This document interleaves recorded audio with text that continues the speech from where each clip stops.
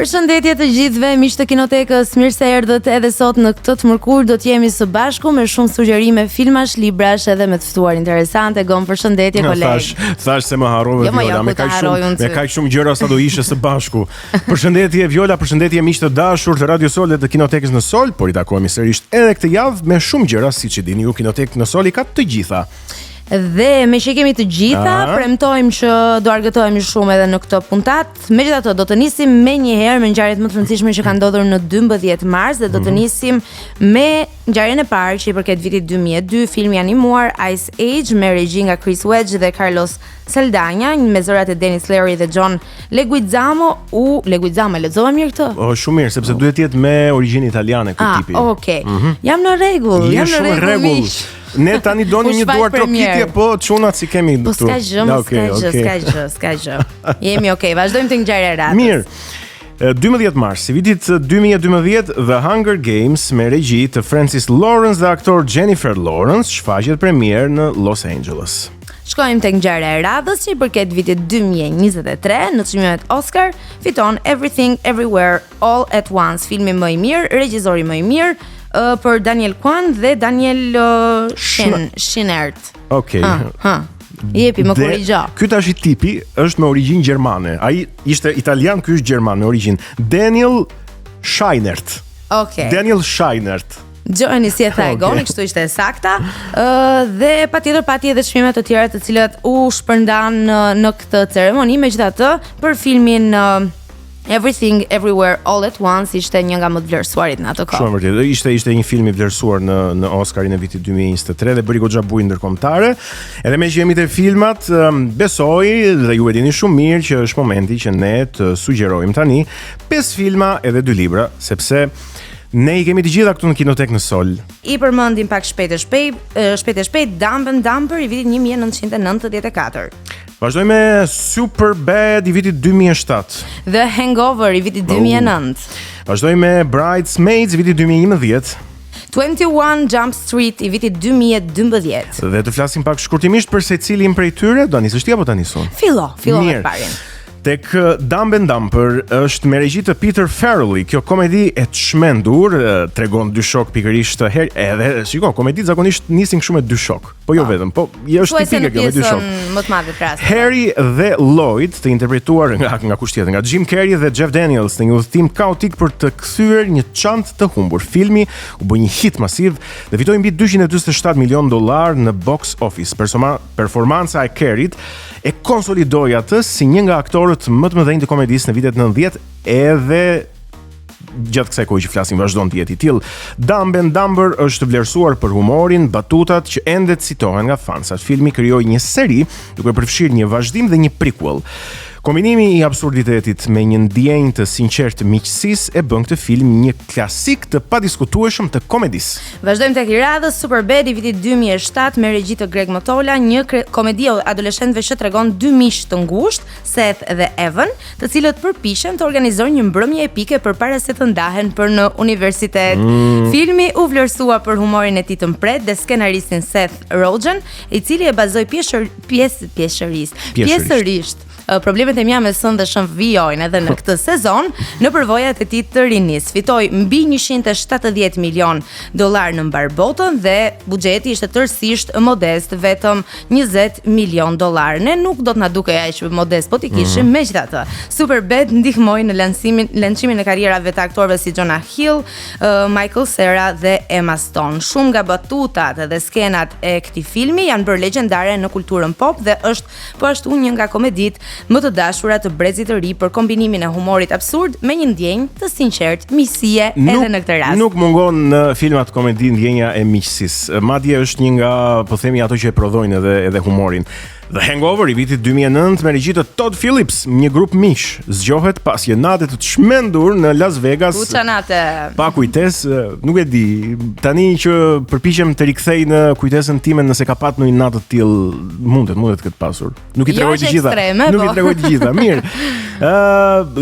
U zgjuan pa kujtesë, dhe me shumë mistere për të zgjidhur, përfshir një tigër në banjë dhe një foshnjë në dhomë. The Hangover ishte një hit I jashtëzakonshëm, unë besoj që ende vijon të jetë duke fituar mbi $469 milion në të gjithë botën dhe duke u bërë një komeditë më të suksesshme kështu në box office. Filmi fitoi një Golden Globe për komedinë më të mirë dhe e ndihmoi aktorin Zach Galifianakis të bëhej një yll i komedisë. Humori i tij i papritur dhe skenat ikonike e kanë bërë The Hangover një film kult.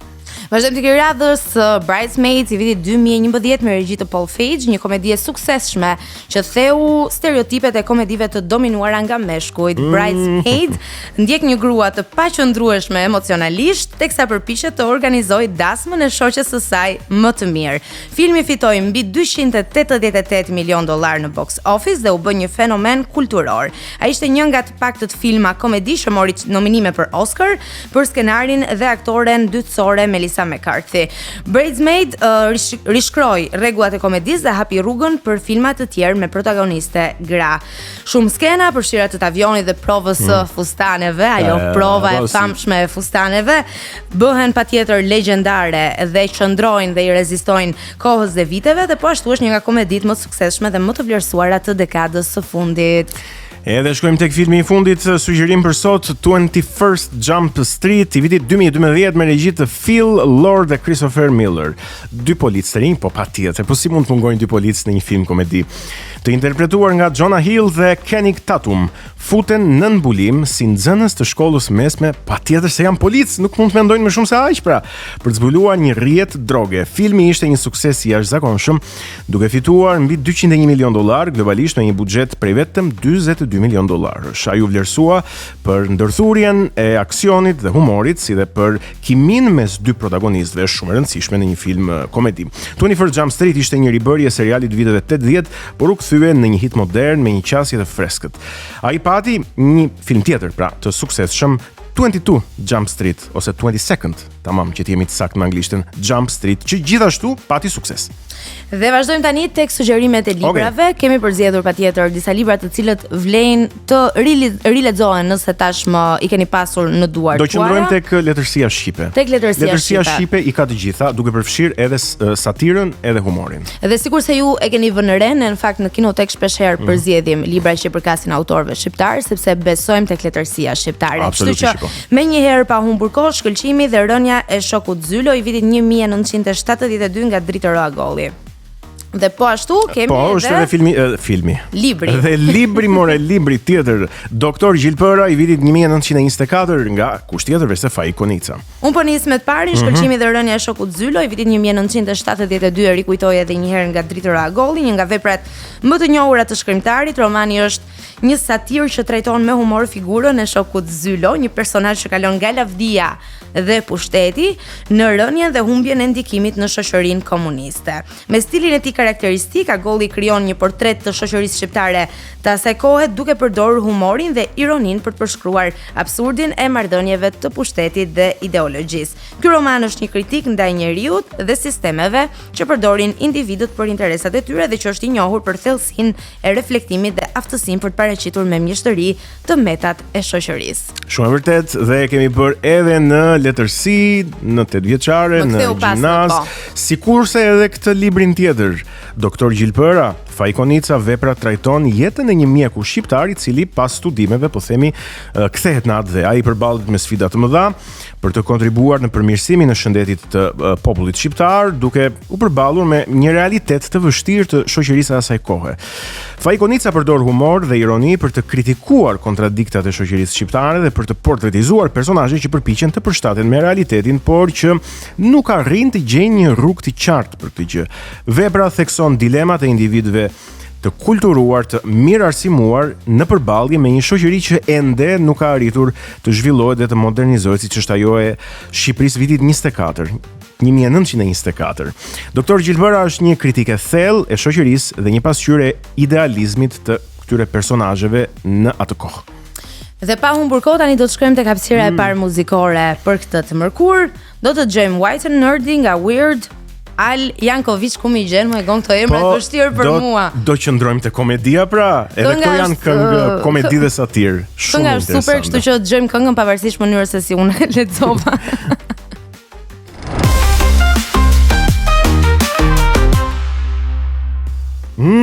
Sa të mira këto kokoshkat Viola. Provoj ndonjëherë mos më lër të jam të gjitha.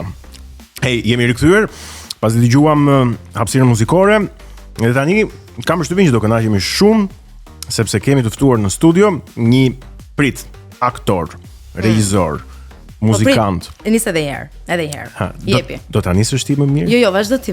Okej, aktor, regjisor, muzikant, tjetër, parodist. Okej. Çun fani. Edhe super çun. Ervis Saliasi. Mirë se erdhe. Mirë se gjeta. Sa bukur. U prit me ovacion. Më pëlqeu ai efekti, më pëlqeu. Vëre shpesh erdha. Po si ke qenë? Mirë, faleminderit. Si jeni juve? Mirë jemi edhe ne. Mirë, ja siç na sheh. Goxha energjik, kam përshtypjen se këto kokoshkat e japin atë. E kanë gjithë këto kokoshkat. Ka këto kokoshkat. U bë kopa të parë në studio televizive, kështu që të falenderojmë që ke ardhur këtu tek ne. Faleminderit juve për ftesën. Nga do ta nisim pak me fëmijërinë? E di pse. Më pëlqen ti kap gjërat nga fëmijëria. Mirë, kapi ti nga duash, po nuk më lë të flas, domethënë e tmerrshme. Vazhdo. Efekti popcorn. Do ta nisim nga fëmijëria sepse me çka kam parë intervistat të Visit, zakonisht e nisin nga pjesa duke qenë se është aktor dhe ka një, po them, goxha ndjekje nga publiku dhe përgjithsisht përqendrohen tek kjo pjesë. Megjithatë unë jam shumë kurioz edhe për aspektin muzikor të Visit, se Visi është instrumentist dhe këngëtar gjithashtu. Gjithçka nisim me muzikën, domethënë nuk aktrimi doli gjatë rrugës, unë gjithmonë e them këtë. Pikërisht, prandaj do ta nisim nga fëmijëria se ne donim, si thua, me të pyet si ka nisur muzika tek ty. Muzika, në fillim e keni parasysh ato eventet atëherë unë jam 96 edhe 2000-shin, domethënë isha 4-5 vjeç, 2000-2001, dilin para televizorit e thoshim nga një vjersh. Kur vinte Fisi në ditëlindje, po patjetër. Aty te televizori. Na kalon me trauma prindrit. Po, domethënë isha unë mbrapa centroja edhe poezi të ndryshme. Po, domethënë në familjen time unë kam pasur shumë qejf pianon. Pianon e kam pasur shumë qejf edhe domethënë boll shikoja një tastier, ja siç pash tastierën tuaj këtu dhe direkt po dalin yje nga syt, po pash piano. Edhe ka nisur me piano kjo. Kam nisur 9 vjeç, e kam nisur pianon edhe pastaj kaloj me kanton. Sa veglave muzikore u bie ti? Unë luaj piano kitar tani që i luaj që i luaj shoqëroj veten, kurse pastaj instrumentat tjerë ma lej 2 orë edhe e kuptoj. Ti s'ke qenë në liceu në një shkollë muzike, po them. Jo, kam bërë kurse private në Berat. Ke bërë kurse private. Ka qenë dëshirë. Po. Tashi ta ka nxjerr jetën Bahu se mua personalisht më ka dalë në ëndër Bahu. Bahu nuk e kam njohur faktikisht se nuk i kam arritur ato pjesë ti bëj, më tepër kem punuar me Mozart edhe Beethoven. E kuptoj. Bahu nuk e, po kam dëgjuar, kam plot shok muzikant, zoti i madh. Madje ka qenë një histori shumë e bukur. Jepi, na e trego. Nuk unë e kam të dëgjuar, nuk e di sa e vërtet është, por në Universitetin e Arteve ka qenë një profesor muzike që nuk i jepte provimin një vajze.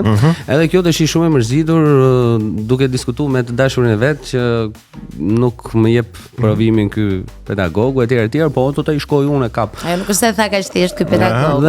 Po, mirë, dakor. Kemi respekt për pedagogët. Edhe shkon ky djali edhe e kap atë pedagogun e thotë, "Si më nuk e jep ti provimin?" Dashur timin thotë, "Shiko, unë ja jap tot ai, po se e jep Bahu." Bra. Po për çfarë thotë ti? Po, e tha. Kush është ky ta kapim? Po, shkon atje ke vajza. Po ti pse më thot ka prop kote? Ty s'ta jep ka Bahu thos. Kapim Bahun, kapim Bahun, kush Bahu? Tani, cila ishte pika e kthesës për ty? Pra, nga muzika drejt aktrimit.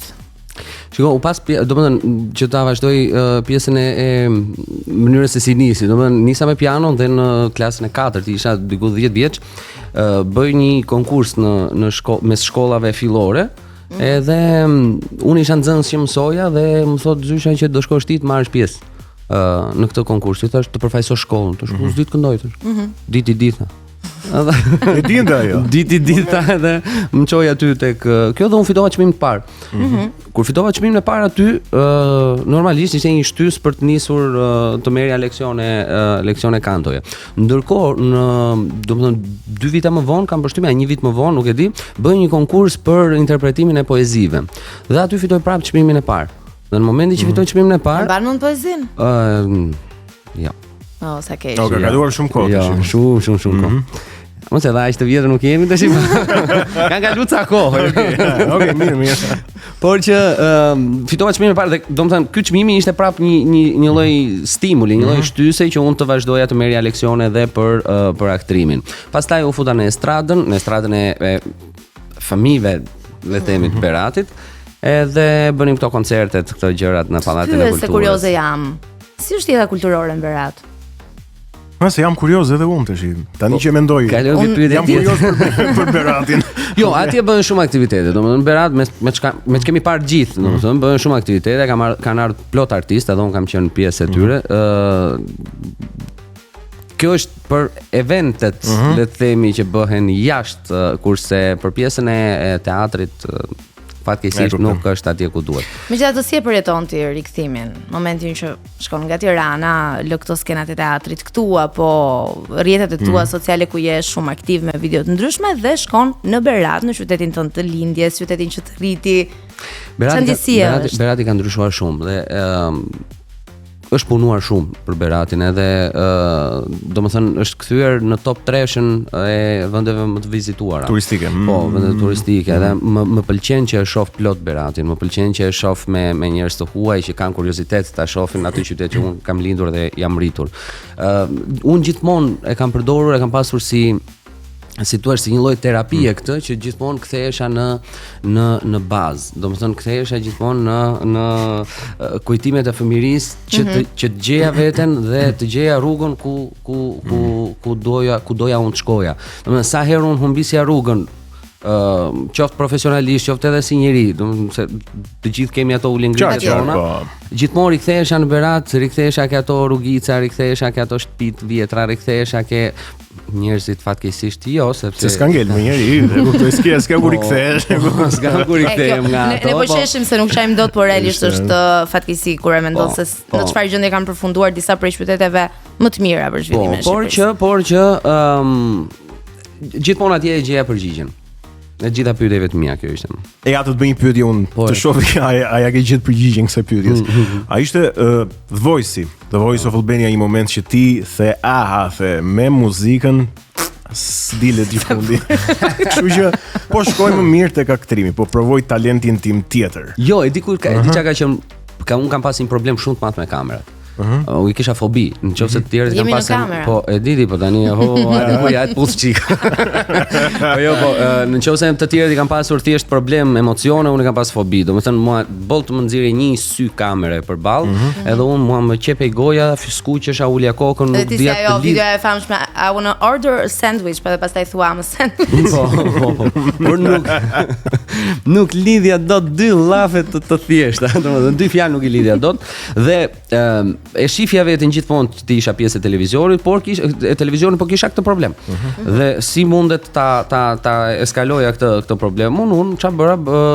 U përpoqja të merrja pjesë në çdo talent show të mundshëm, që të hiqja emocionet e mia. Kisha sfidë me veten këtë gjë. Dhe herën e parë kur isha se unë kam marrë pjesë 2 herë në Voice, herën e parë që isha atje, nuk di t'ua shpjegoj emocionet, ishte hera e parë që dilën sken plas në televizion kombëtar. S'kisha dalë ndonjëherë në televizion. Megjithatë nga çka kam parë unë nuk e ke dhënë veten, paktën. Jo, ishte komplet, domethënë tamam Bien Salihu më ka dhënë herën e parë, më ka dhënë vërejtjet më të mira.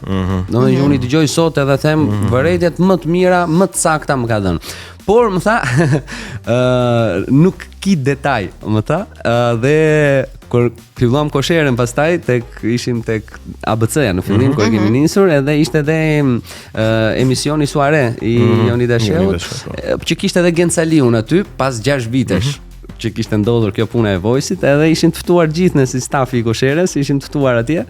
Dhe këndova një parodi unë para Gencit edhe I thash, po tani më Genc, kam detaj. Jo, e ki detajn plak. E ki detaj. E ki sigurisht. Por që ishte e gjitha pjesa e emocionit. Më vonë duke kaluar kohë, duke hequr emocionet, duke fituar vetbesimin, duke punuar akoma dhe më fort me detajet që thoshte Genci. Normalisht që arrita si thua, arrita të gjeja më të mirën e vetes, ke pjesa e muzikës. Rruga është shumë e gjatë, ka akoma për të mësuar, gjithë jeta është mësim. Patjetër. Por që ta kuptoj, tash tek Vis Saliasi si këngëtar, publiku pëlqen këngën vetvete apo të pëlqen ty prej faktit që je edhe aktor? Po them tek ty si këngëtar, më kupton? Ishte çike vështirë ky kalim, edhe pse ndoshta unë e kam nisur me muzikën, por askush nuk e dinte, domethënë, sepse gjithë më ka njohur ke pjesa e spektakleve të humorit që kam qenë. Por edhe aty unë kam bërë diçka që i lidh të dyja, dhe muzikën dhe aktrimin, por njerëzit në përgjithësi nga që kishin parë këngë komike, e kisha pak të vështirë të dilja ke këngët serioze, sepse duke parë Visin ata donin patjetër të kishte një batumë, të kishte një gjë shumë interesante. Ky kalimi është çik, do të thonë, unë gjithmonë kam zgjedhur rrugën e mesme, nëse kënga ka qenë serioze, unë kam bërë klipin komik. Domethënë që të jetë diçka që të mos bësh një kapërcim shumë të madh. Mos ta vështirë është të marrin njerëzit seriozisht pasi të kanë parë gjithë kohës në komedi, në gjëra funny. Unë akoma se kam kaluar atë gjë, domethënë unë vazhdoj të bëj gjëra që të dyja, domethënë që të ketë edhe komedin, sepse është shumë e vështirë ky kalim. Megjithatë prej faktit që e nisa me muzikën, më besoj që unë të marr shumë seriozisht. Duke qenë se ja marr dhe vet në mënyrë amatore, sigurisht me muzikë dhe e di se çfarë mundi është të merresh me art. Megjithatë, me qemi të muzika, shkojmë te kënga e radhës, I'm on a boat, The Lonely Island featuring T-Pain.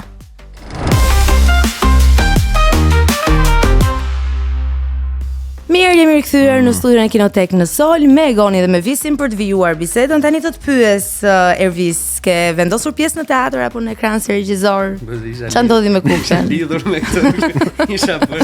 Hajde se jemi kështu si tre shok pallati. Kur u larguat se nuk do të ti përgjigjej kësaj pyetje. Jo, un kam bën, shiko, un pasi un kam mbaruar për regjisteatri dhe direkt pasi mbarova shkollën, un kam vendosur të paktën 5 shfaqje në 2 vite, 5 shfaqje me trup profesioniste, flasim me aktor që janë të njohur në teatr, dhe me 10 shfaqje me trupa amatore, se mbaj mend janë goxha. Si është hera e parë kur punon me aktor që janë shumë të njohur dhe tashmë kanë një emër? E ka qenë një çike vështirë, ka qenë çike sikletshme, sepse ti duhet të ishe shumë i saktë dhe duhet të kishe përgjigje për çdo pyetje të tyre, qoftë edhe tendencioze të ishte. Pyetja tendencioze që ti e ke vënë re? Shumica e pyetjeve ka qenë tendencioze. Jo, në sensin tendencioze, pyetje për veprën. Domethënë për të Okej, prandaj edhe ta thash, për t'i treguar aty. Nëse ka diçka që e kujton, ndoshta mund ta ndash me ne. Jo, gjëra specifike jo, sepse domethënë vrulli i punës të merr edhe nuk rit kapesh pas detajeve, po ideja është kanë qenë pyetje tendencioze të mira, janë të mira sepse ato thjesht domethënë donin të ishin të sigurt, a do jemi, se regjizori është kryesori, domethënë një regjizor i mirë e nxjerr një aktor të duket shumë bukur dhe të duket mirë. Një regjizor jo i mirë normalisht do ta transmetoj dhe profesionalizmin e vet, mungesën e profesionalizmit do ta transmetoj ke aktori. Dhe ata e donin të ishin sigurt dhe normalisht që në lidhje me veprën bënin edhe pyetje tendencioze që sa di ti, domethënë sa e ke kuptuar ti atë gjën. Okej. Kanë dalë mirë, kanë qenë mirë. Kanë qenë shfaqje që mua më kanë pëlqyer dhe unë gjithmonë kam vënë shfaqje që kanë qenë kryesisht komedi, por publiku im, domethënë publiku i atyre shfaqjeve, për mua është, domethënë duhet të përjetoj çdo lloj emocioni aty brenda, domethënë të qesh, të qaj, të reflektoj, të gëzoj, të mërzitet. Çfarë bën të lumtur një regjisor? Që publiku të arri këto gjëra. Mua, personalisht. Besoj, jo që thjesht publiku ta duar trokas, kjo patjetër, po që publiku ta kuptoj. Po publiku do të duar trokas, do apo s'do. Po që ta kuptoj, ëh? Po patjetër. Ta kuptoj dhe të jetë, domethënë, atë që ti ke pasur, filmin që ti ke pasur këtu në kokë, kur e ke lexuar atë vepër, ti ta transmetosh në mënyrën më të mirë të mundshme. Dhe publiku përveç se ti transmetohet i gjithë mesazhi etj, po ti transmetohet të gjitha emocionet që ti ke pasur. Gjithë diapazoni. Sepse thuhet në momentin që një aktor është duke punuar një shfaqje teatri, është si më thën, domethënë ngarkesa e tij, ngarkesa psikologjike e tij është e barabartë me një njerëz që bën aksident me 70 km/h. Kurse E një regjizori është e barabartë me dikë që bën aksident me 120-130 km/h. Pra është ngarkesë shumë e madhe. Shumë ngarkesë e cila duhet të transportohet në mënyrën e duhur. Edhe kjo është. Shiko, meqense jemi tek profesioni yt që është regjisor, po themi, ti për këtë ke mbaruar te Universiteti i Arteve. Tashi kur mbaron nga ai universitet, çfarë të ndihmon që të çash në tregun e industrinë e filmit apo në teatr apo në ndonjë dimension tjetër, aftësia profesionale apo të gjesh kontaktet e duhura? E para është kontaktet e duhura gjithmonë. Kam përshtypjen se si në çdo fushë kontaktet e duhura janë ato, domethënë të jesh në vendin e duhur, në kohën e duhur me njerëzit e duhur. Kjo është e para, sepse ka plot për shembull që ne nuk i njohim, por mund të jenë shumë herë më të talentuar se unë apo se ju apo se dikush tjetër, po askush nuk e di, sepse ai asnjëherë nuk ka qenë në vendin e duhur, në kohën e duhur. Me njerëz të duhur. Ka dhe kështu, por duhet shumë punë edhe konsistencë në qëllimin që ti i vë vetes. Sepse talentin mund ta kenë, talentin mund ta kenë shumë vetë, se ti ke talent përderisa shkon në atë shkollë. Nuk është se të kanë marrë nga rruga. Supozoj që po. Shumica. Patjetër. Se ka dhe kështu, po. Ti talentin e ke. Atëherë si duhet ta integrosh talentin tënd tek ta çosh tek veshi i duhur dhe tek syri i duhur. Kjo është pastaj e vështira këtu në Shqipëri që është pak treg i vogël. Ka shumë diskutime. Jep, mos e lër. Mos e lër këtu. Se këtu ndërpreva violën. Këtu ma mbyllë gojën. Okej. Sa i përmbushur profesionalisht ndihesh në këtë pikë të jetës? Unë gjithmonë eci me, domethënë edhe planet edhe ato qëllimet e mia I kam, si thua, nuk kam qejf të bëj të gjithë shkallë të mëdha, por disa shkallë të vogla. Është më mirë kështu them unë, dhe këtë gjë kam ndjekur. Të paktën ato që unë kam dashur të bëja, domethënë I kam prekur, I kam bërë. Tani kam qëllime të tjera. Domethënë si ta çoj akoma më tej atë gjë që unë kam bërë. Njeriu asnjëherë nuk kënaqet që të thotë tani jam okay, kam arritur gjithçka. Në momentin që ti thua kam arritur gjithçka, ti aty s'ke arrit asgjë. Këtë mendoj unë. Gjithkohës, siç e thash fillim, konsistenca është ajo që të mban në treg, të mban gjallë, me krijimtarinë tënde, me punën tënde duhet të jesh gjithmonë. Dikur një regjisor Ne po bëjmë kështu se në fakt e lam që në këtë pjesë të emisionit do jemi serioz, prandaj s'po. Po ku ka seriozitet këtu, mo? Ku ka seriozitet këtu? Visi një regjisor dikur më ka thënë që disiplina në art është më e rëndësishme se në çdo fushë tjetër të jetës, edhe ndoshta se në ushtri apo në sport. Napoleon Bonaparte. A është vërtet? Napoleon Bonaparte ka thënë këtë. Më sillni një çet. Që të kenë disiplinën e teatrit dhe unë pushtoj gjithë botën.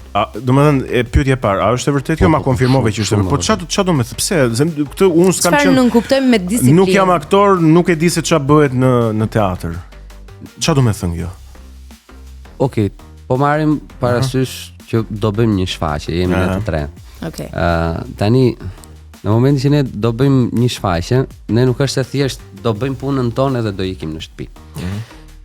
Domethënë ti edhe kur ikën në shtëpi, edhe kur shkëputesh nga ne, ti je aty, do apo s'do ti je aty, ti vuan siç vuan personazhet, ti gëzon siç gëzon personazhi, gjithë periudhën që ti jep premierën. Domethënë ti ngarkohesh emocionalisht, sepse duhet të ngarkohesh, po s'u ngarkove. Si ka qenë personazhi më kompleks edhe që ndoshta je futur më në brendësi të tij? Dhe çfarë është dashur të bësh për të arritur aty? Jezu Krishti. Kemi bërë dhe në çdo intervistë përmend sepse është realisht ai më ka bërë, domethënë ka ndryshuar edhe atë si thua perspektivën se si e shihja jetën me se si e shoh jetën. Domethënë aty u njoha me Jezu Krishtin, tamam, edhe më ndryshoi totalisht. Ne kemi me bëm një musical në teatrin kombëtar, ishte Jesus Christ Superstar. Unë kisha rolin e Jezusit. Ishte një rock opera, le të themi, ishte një album rocku ku unë kisha, domethënë nga pak këngë, domethënë nuk kisha pjesën më të madhe të këngëve, edhe përderisa kishte shumë intensitet si gjë, përveç se do këndoje që ishin nota shumë të larta dhe këngë shumë vështira, edhe çdo gjë ishte live me orkestër, do kishte edhe ato mizaskenat që gjithë e dim historinë e Krishtit, e përplasin, e ngrejnë, e ulin, e çan copash mos pyet.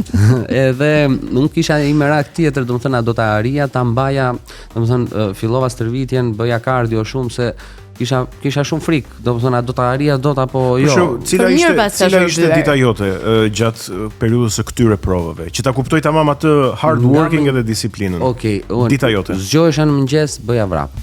Pastaj pas vrapit shkoja në prova. Nga ora 9 deri në orën 1-2 bënim prova, 3 ndoshta.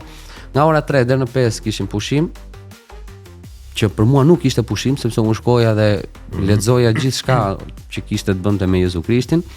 Nga ora 5 deri në orën 10 prova, dhe në orën 10 vija në shtëpi, domethënë dhe prap rija akoma duke dëgjuar këngët ose prap duke lexuar për ditën tjetër e njëjta gjë. E njëjta gjë për një muaj e gjysmë derisa doli premiera. Pas premierës, se këtë doja të thosha, ti ngarkohesh deri në premierë, pastaj aty ke shkarkimin dhe pastaj i shijon. Në shfaqjen e 2, të 3, të 4 në repriza fillon që ta shijosh atë çka ke arritur. Po ndonjë moment të sikletshëm në skenë ka patur? Ke harruar ndonjë batutë ose diçka të tillë? Në teatr jo. Okej. Jo, sepse në teatr është ajo disiplina që nuk të, domethënë ke kohë të përgatitesh etj. Në televizion po, plot herë, sepse është gjithmonë shumë e shpejt ajo gjëja. Si ke menaxhuar? Improvizim, si gjithë bota. Ç'a konsideron ti arritjen më të madhe profesionale tënde deri tani? Okej, unë e kuptoj, ti je i ri, ke një rrugë të gjatë përpara dhe unë uroj shumë të suksesshme. Inshallah, zoti i madh. Faleminderit, amin. Dhe deri tani të paktën ç'a konsideroj arritje? Arritje konsideroj vetëm kur, domethënë, njerëzit më flasin për këngët, më flasin për batutat që kam bërë unë, më flasin për parodit, më flasin për gjërat dhe më flasin me një lloj dashamirësie, mi kujtojnë edhe qeshin me mua. Domethënë kjo është ajo që një artist duhet të bëj. Domethënë e thoshte dhe e ka thënë dhe Papa në diskutimin e tij të fundit. E ka thënë që artisti duhet të jetë inspirues, duhet të jetë frymëzues, duhet të japi shpresë, duhet të japi gëzim, duhet të japi vetëm gjëra pozitive tek njerëzit.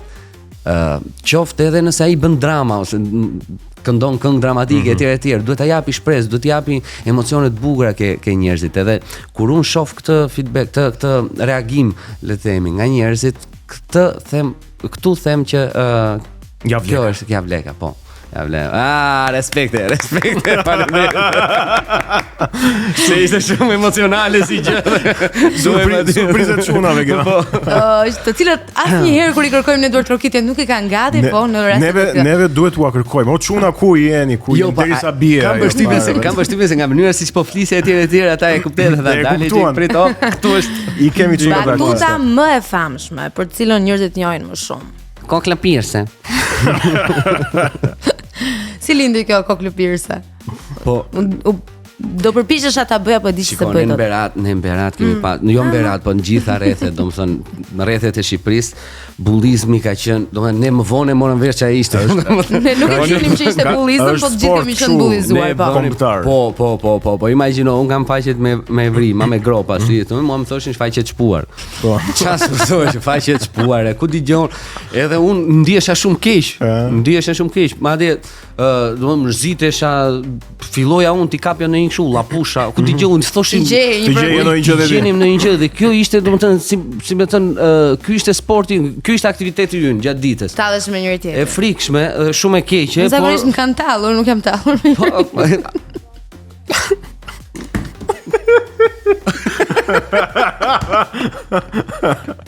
Të ftuarit e radhës do të jenë çunat me këto. Shaka. Jo, po shikoj se ajo ka qenë marrëdhënie. Merrje dhe jepje. Gjithsesi ne I themi me qeshur tani se realisht. Po shikoj se ne jemi çuna dhe ti e di që bullizmi shkonte edhe në nivele të tjera. Si të kanë bullizuar ty, se kurioze jam që jemi në bisedë. Mua më kanë bullizuar siç kanë bullizuar të gjithë, por një gjë nuk ma kanë thënë. Qorr. Jo, është vërtet. Po mirë, më fal. Shumë e çuditshme dhe habite. Se më shaka. Dhe kjo është shumë në fëmijë na bën bullista. Edhe kjo është shumë e çuditshme. Domethënë, un prisja çdo bullizim, domethënë prisja vetëm atë dhe jo asnjë jo këtë. Edhe u morën vesh. Mirëpash. Por që jo vërtet. Po, dohem thosha që ne qeshim tani me këto se i konsiderojmë të kaluara si tip nostalgjie, edhe pse gjë e keqe, po. Na kanë dhënë. Po, edhe doja thoja që gjenim epitete gjithmonë, edhe epitetet duhet ishin edhe komike se dhe thoshin ka qenë ca lëpirëse atëre çupa çups. Po. Çupa çups, mos i mbaj mend. Po, edhe nuk e di se kush, nuk e mbaj mend se kush e ka thënë këtë Igor kok çupa çups. Kur ka thënë kok çupa çups, që në fëmijëri ka mbetur ajo dhe kok çupa çups mund ta thoja dot dhe thash kok lëpirëse, po pati një lloj reagimi kodi, domethënë ngeli kështu edhe kok lëpirëse te Amarildo, po. Do shkojmë në një tjetër hapësirë muzikore pasi u bullizua mirë gjithë këtu. Vazhdojmë bullizohemi gjatë po ta japim një mesazh në fund, po bëjmë shaka. Patjetër. Larg këtyre gjërave, ashtu, o gjithmonë shmangni, gjithmonë se me fëmijët është shumë keq, realisht. Un kam nipin 10 vjeç, po un kam nipin 10 vjeç edhe ai është i thon që është i shkurtër, edhe thot mua më bullizojnë gjithë ditën në shkollë se jam i shkurtër dhe e vuan atë gjë. Kështu që është një ndër gjërat më të këqija të merresh me pamjen e tjetrit, me cilësitë veçoritë që mund të ketë. Me sjelljet e tjetrit, gjithmonë shikoni veten tuaj edhe lejeni tjetrin bëj çfarë doj, kaq. Ku janë duart bravo, hamare. Kalojmë ke hapësira muzikore tash. Tek dhe rikthehemi pas pak. Po cila është kënga? Nëse është emër i vështirë për të lexuar. Është ai dytë që i ftuar i mkap që s'maj mend këngën. Ma jep skaletën. I ftuar je. Ja, lexoje. Welcome to the internet. Ç'është Bob Burnham. Yes. Çrëndsi ka. E gjejmë. Ti lexoj dhe pyetjet tona dhe si jap vetë përgjigjen.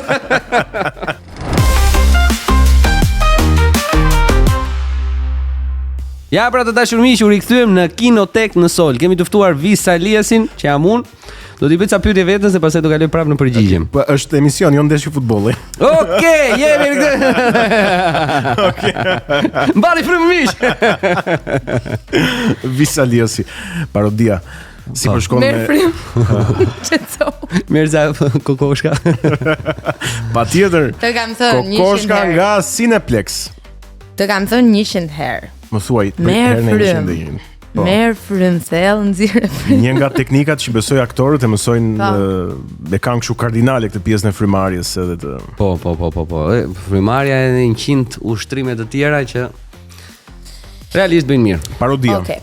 Po, parodia. Këtu do ndalemi tani. Si nisi? Parodia. Çfarë të shijon më shumë nga parodia? Unë kam qenë, domethënë nisi vetëm unë me kitar. Bëja parodi, më vonë pastaj ishte ideja e regjisorit Altin Bashës që të bënim bashkëpunime me këngëtarë të ndryshëm, më falni. Të falem. Faleminderit. Edhe të bënim këto dhe kam nisur me Redon Makashin. Redon Makashi ka qenë këngëtari i parë që kam bashkëpunuar, pastaj ka ardhur Mariza Ekonomi, e dyta, i treti Elton Deda, dhe janë, domethënë se tre të parët gjithmonë janë nisja, starti edhe start goxhaj. Ka qenë shumë ka qenë e rëndësishme për mua, edhe kanë rezultuar mirë. Pastaj kur kaluam tek bashkëpunimet me këngëtarë të muzikës popullore, aty pastaj filloi një boom që as kush nuk e priste. Domethënë, qëllimi ai ishte, po shkoi përtej pritshmërive dhe ishte shumë Ti bën parodi për dukuri, për fenomene sociale. Mua më pëlqen pak në ato që kam parë, nuk e di i kam parë të gjitha apo jo, po të paktën ato që kam parë më kanë pëlqyer. Tani ka ndonjë dukuri sociale për të cilën ti nuk bën dot parodi, jo se s'mundesh, po se e ke pak të vështirë të flasësh për ndonjë gjë në paroditë tua. Se parodia satirizon, po themi, një problem, një ngërç. Ke të vështirë të flasësh për ndonjë gjë? Jo, në fakt jo, sepse varet. Shiko, çdo gjë nis nga vetja. Domethënë ti si publik, domethënë unë si publik, çfarë dua të shikoj dhe çfarë më shqetëson mua. Duke nisur pastaj nga problematikat që ke vetë ti si publik, atëherë fillon që të transmetosh dhe të prekësh tek ata njerëz që janë si ty, që mendojnë si ty. Pastaj varet sa e përgjithshme do jetë parodia jote që të arrijë të depërtoj tek një masë më e madhe njerëzish. Pra s'ka ndonjë gjë që thua, okay, shiko se. Jo. Unë s'kam dashur politikën, për shembull, nuk kam dashur. Kam bërë një parodi vetëm, që realisht ajo nuk ishte për të qeshur, ishte për të qartë faktikisht. Se domethënë është të ulur në një bar, bëjmë pak politik. Flasim për pazaret që bëjnë me ne për ditë. Pse s'na këndon? Po s'bën të ajo të tjera që keni aty. Se po I bi unë, imagjinoje. Të dy si kompetent nga bari ku vendojmë, të mposhtim qeverin nga kafet e kërkojmë. Kaloj një orë dhe 2 të tjera, kalon dimri erdhi vera, dhe ne ulur si për hera si 2 plera.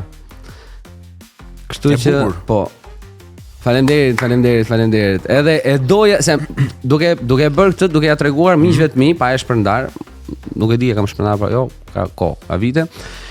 Edhe ja tregoja miqve të mi dhe më thoshin po pse plera? Po plera mos e domethënë më vjen të shprehem. Është emocionale, është fort. Më vjen të shprehem dhunshëm për këtë gjë. Se plera jemi për sa kohë nuk ngrejmë dot, nuk reagojmë për të drejtat tona. Është një sentiment që nuk kam qenë ndonjëherë pjesë të thuash të diskutoj për politikën apo etj, por popull që nuk ngrejmë krye asnjëherë ne jemi. Fatkesisht.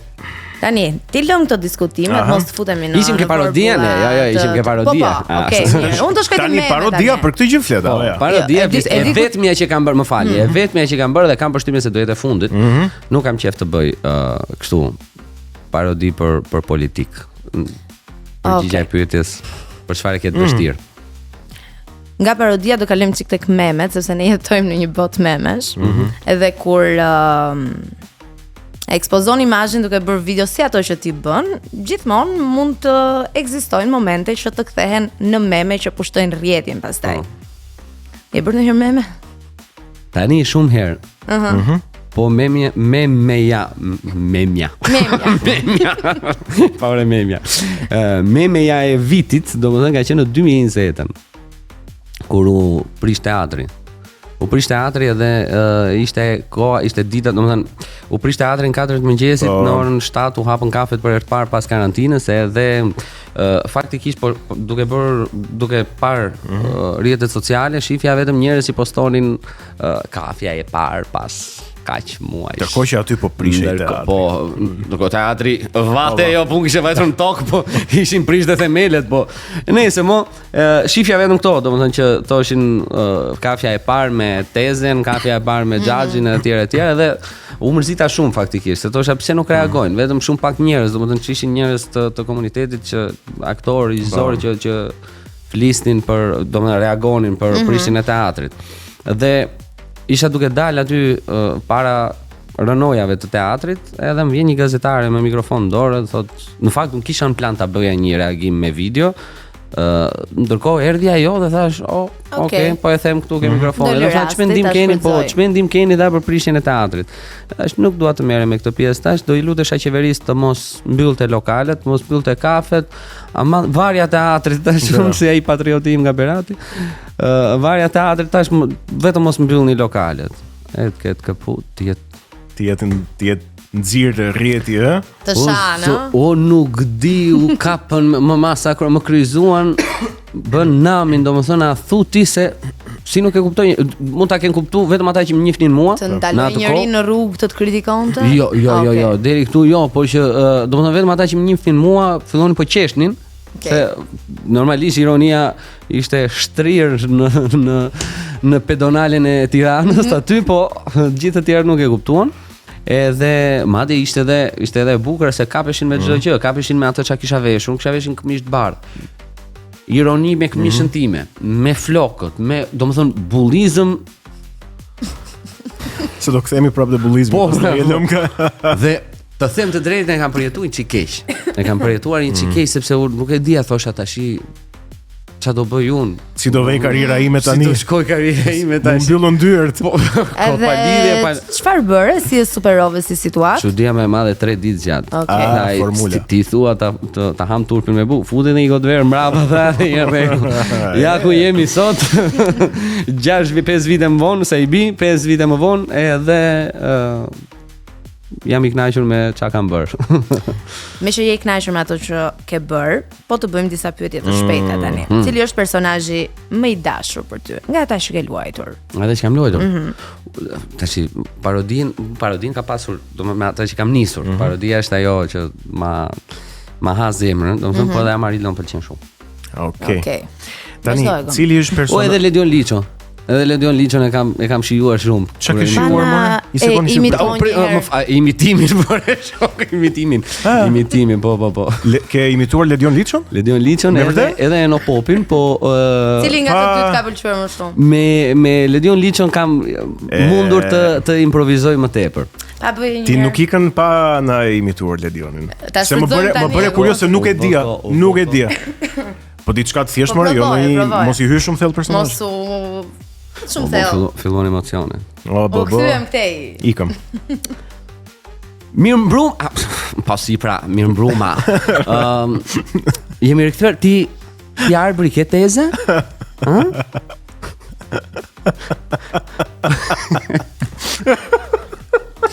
Okay. Ama Gjibo, kur I ka thonë Gjibani, ka qenë meme shumë bukur.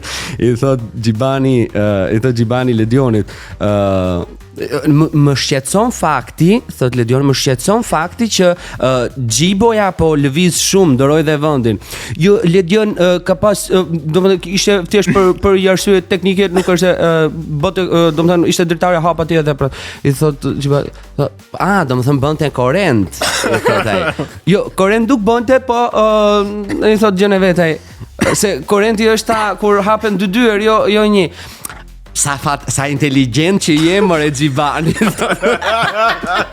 Sa inteligjent që je fatalist, nuk më lë fare të gaboj. Eno Popin. Ai sa mend.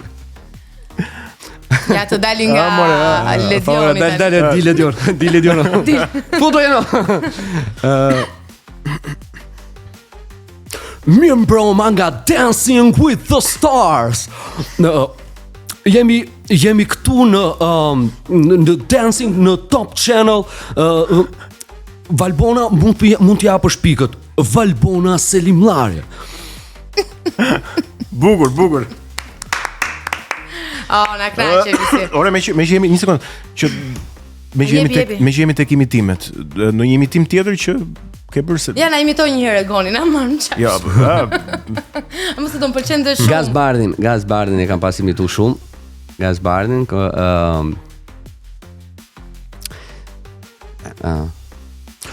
po, doja shumë që gjithë qytetarët në datën 11 maj, kur janë zgjedhjet?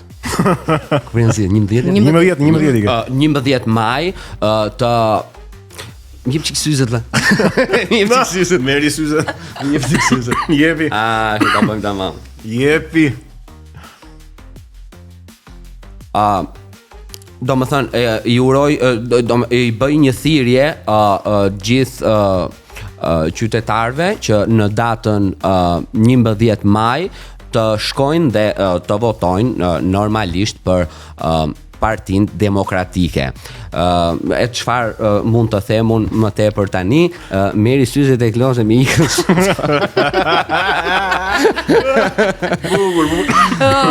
U lodha? Ja, më qënë. Okay. Unë kam qef. Sa të lodh imitimi? Shiko, nëse të duhet të dalësh në sken 10 minuta për të imituar një personazh. E di çfarë thoja, se kur më thoshin për shkakun për imitimet e për këto, I thoja, dëgjoj, e diti që un kam jetuar 2 javë me Eno Popin, thosha un, edhe 3 javë me Ledionin. Si më ke jetuar? Kam jetuar valla, jam zgju, kam ngrënë, kam fjetur me të, kam bërë, domethënë kam ndetur me të gjithkohën si për t'i kapur çdo gjë. Domethënë gjatë gjithë kohës vetëm dëgjoja ata, shifja ata. Po një personazh që ke fiksim ta imitosh, po nuk e imiton dot. Se arrin dot. Ku ka gjëra që nuk I arrin dot. Çfarë thua ti? Ja, gjëra që nuk I arrin. Po shikoj se ka dhe kështu, ja më fal, është trirë, po ka dhe kështu, po që për shembull ti e shikon që nuk e arrin dot. Për shembull, e shikon që nuk e arrin dhe nuk I hyn fare. Po, nëse do flasim për këtë lloj personazhe, për shembull, ku dëgjon, nuk është se të paktën atyre që kam pasur në mendje për të imituar, I kam imituar edhe nuk është se kam. Ne më jemi në fund. Jepi Viola. Të mendojmë në gjë interesante, se ne këtu jemi për t'i bërë gjërat virale. Mendo dhe ti bashkë me ne ndonjë gjë interesante. Mendojmë të tre një gjë interesante. Pa ishim mendu kur ishim atje. Ledion Liço ka një ishte shas po na bën ban topi.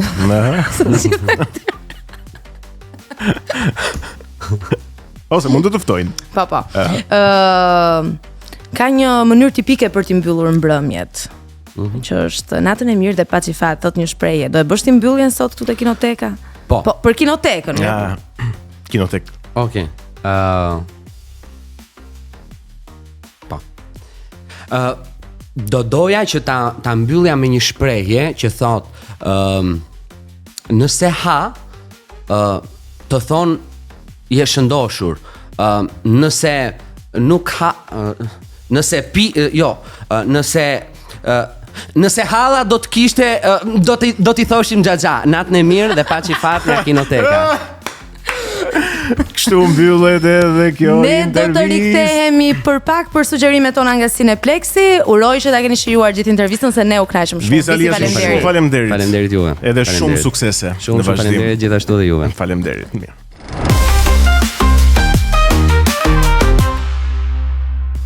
Mo Viola. Oh my god. Mirë. Mirë, shumë mirë. U kënaqim. Mirë, që të kënaqeni edhe juve më shumë ende, ju pret Cineplex, duhet rezervoni biletën tuaj dhe të shkoni të ndiqni filmat sepse duke nisur nga nesër pikërisht në rrjetin e kinemave Cineplex vjen Black Bag, një film nga regjizori Steven Soderbergh. Duhet spiun që të gjesh spionin. Kate Blanchett dhe Michael Fassbender luajnë në Black Bag të Steven Soderbergh. Pikërisht ka aktorë të tjerë si Naomi Harris, Pierce Brosnan, Regé-Jean Page, Tom Burke, Marisa Abela e të tjerë. Mos harroni në rrjetin e kinemave Cineplex duke nisur nga nesër 13 mars. Ne do t'ju përshëndesim këtu dhe do t'ju lëm takim sërish të mërkurën e ardhshme në orën 17:00. Mos harroni, na shikoni në YouTube, na ndiqni në Instagram, në TikTok, na gjeni edhe në Spotify. Dhe mos ju ndani 89.0 FM edhe në makinën tuaj nëse udhëtoni gjithmonë. Udhëtoni me ne. Sigurisht, me shumë dashuri dhe shumë pozitivitet, ne do të jemi të mërkurën tjetër. Mirupafshim.